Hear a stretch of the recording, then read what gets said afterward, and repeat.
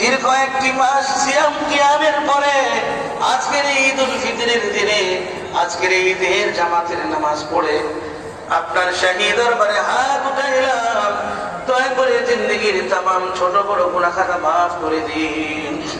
আল্লাহ, জীবনে যত গুনাহ করেছি, ইচ্ছায় অনিচ্ছায়, গোপনে প্রকাশ্যে, না বুঝে বুঝে, শয়তানের ধোঁকায় পড়ে, খায়েশাতে নফসের থাকা যায়, আল্লাহ সমস্ত গুনাহ থেকে তওবা করে ইস্তেগফার করে আজকের এই বিশাল সমুদ্রে আমরা তওবা ইস্তেগফার করে অনুতপ্ত হয়ে আপনার শাহী দরবারে হাত উঠাইলাম। দয়া করে জীবনের ছোট বড় তামাম গুনাহ খাতা মাফ করে দিন।